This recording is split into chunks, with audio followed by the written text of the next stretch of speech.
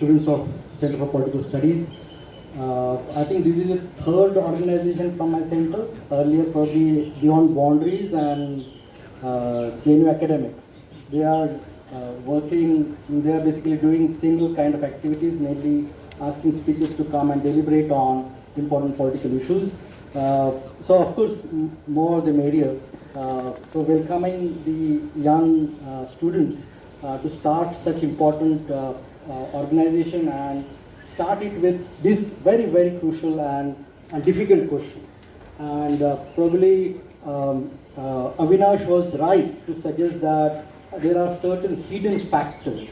There are issues which are not visible to most of us.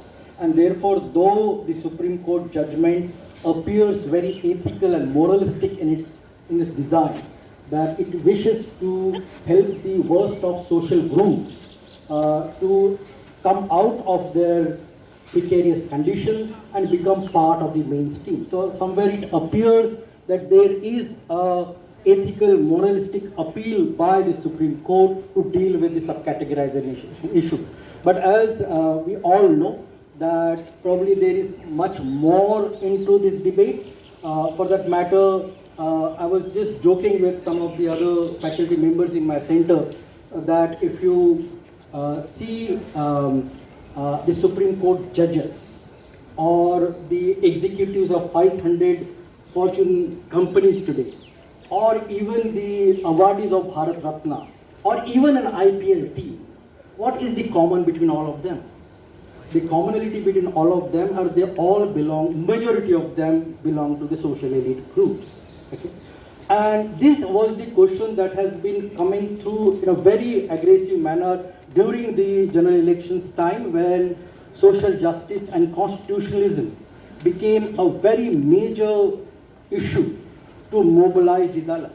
And for the rebirth of the Congress party, it is the Dalit political participation, it is their vote. Of course, Muslims and other marginalized communities were part of that mobilization, but it is the Dalits that sincerely committed themselves to the revival of the Congress party and created a new uproar. And therefore, the idea of social justice and constitutionalism become a core of the current political discussion.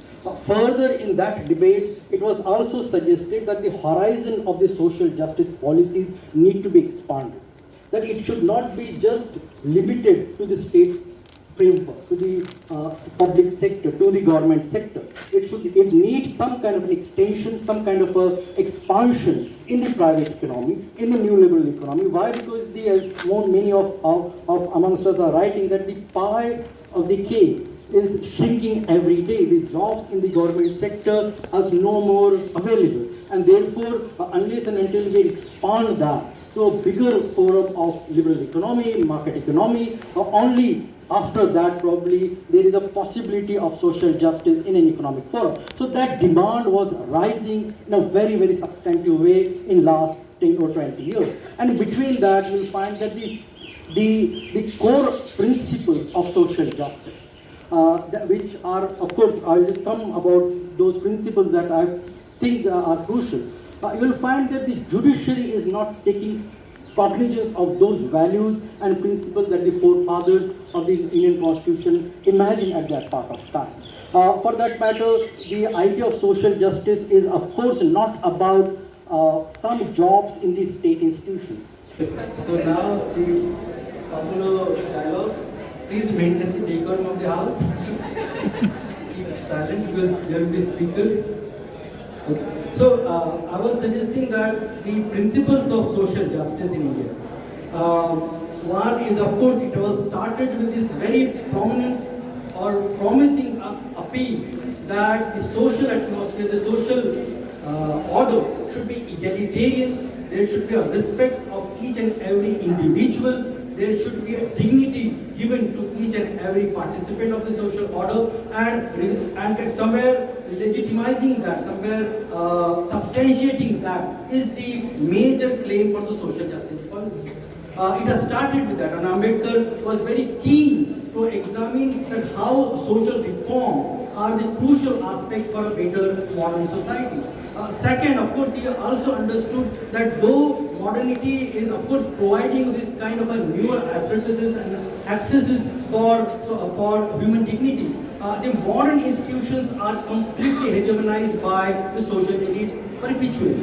And therefore, probably this call for participation, this call for a policy for reservations, was basically imagined on this particular matter that somewhere the modern institution required a diversification, required a diversity from different social groups, that they should be also part of the nation building process, and therefore without the participation of the worst of social groups, mainly Dalits and the Adivasis at that part of time, the making of India a better society will be difficult. And therefore a reservation policy emerged as a process of nation building exercise, that the worst of social groups should participate in the larger design of state machinery, and they should also become part of the modern institution. That was the major call, and therefore from dignity it becomes a kind of a participatory axis where people can enter and do some kind of duties for the nation building.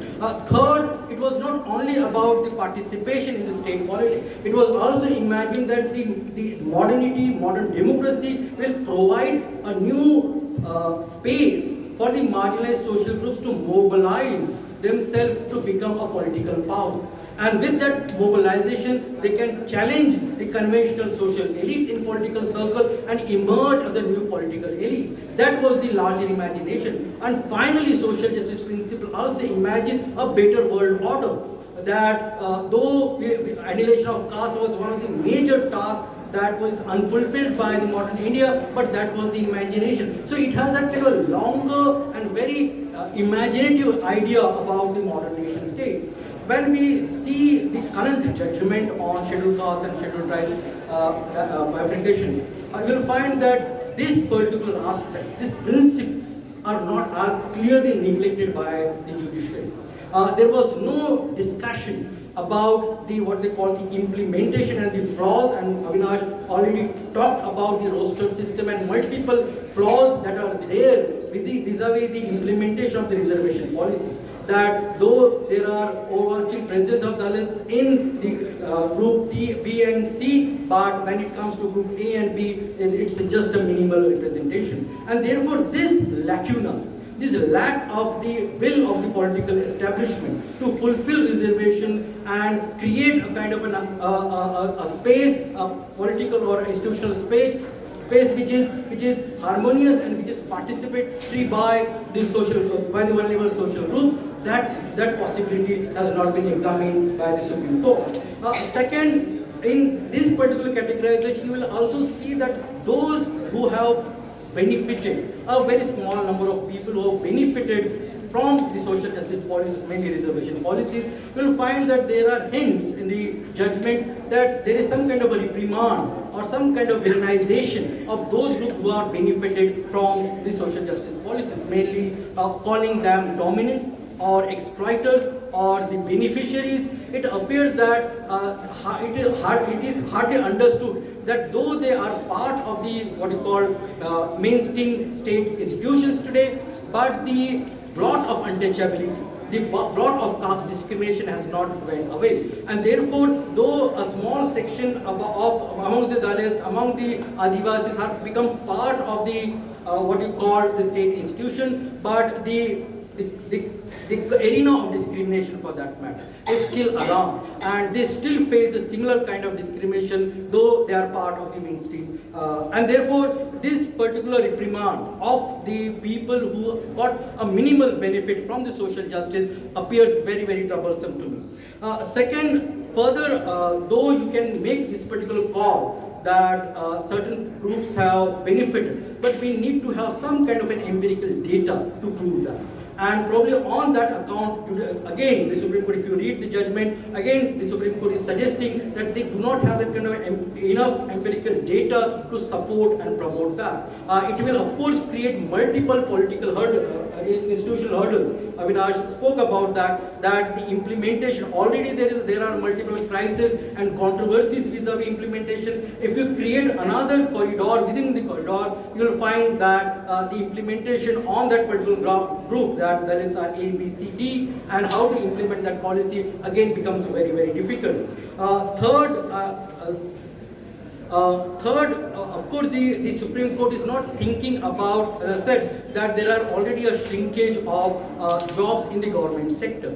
And there are already multiple demands by the scheduled caste groups or even the tribals or even for that matter the OBCs to expand the horizon of social justice policies vis-a-vis the liberal economy. The Supreme Court has not even engaged on that particular state and have not suggested that there should be an increase of the state welfare policies, there should be more affirmative action policies for the Dalits and the Adivasis, rather than it suggested that there are certain groups which are benefited out of this particular logic and therefore they should be excluded.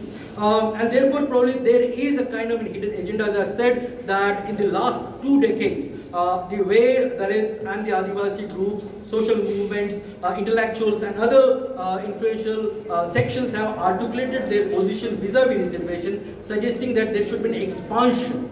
And I think somewhere the judiciary has continuously challenged and targeted that.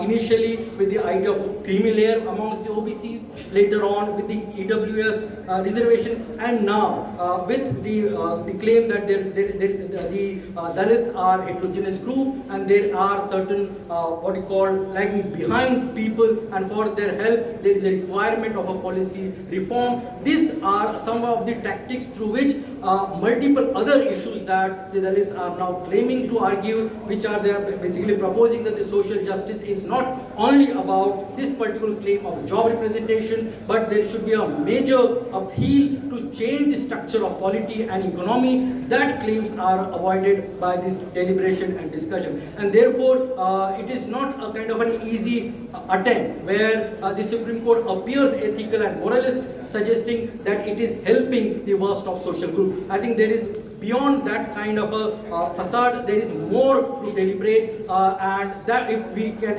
understand that particular possibility, I think we'll understand the dynamics of this particular policy. Thank you for listening to me today.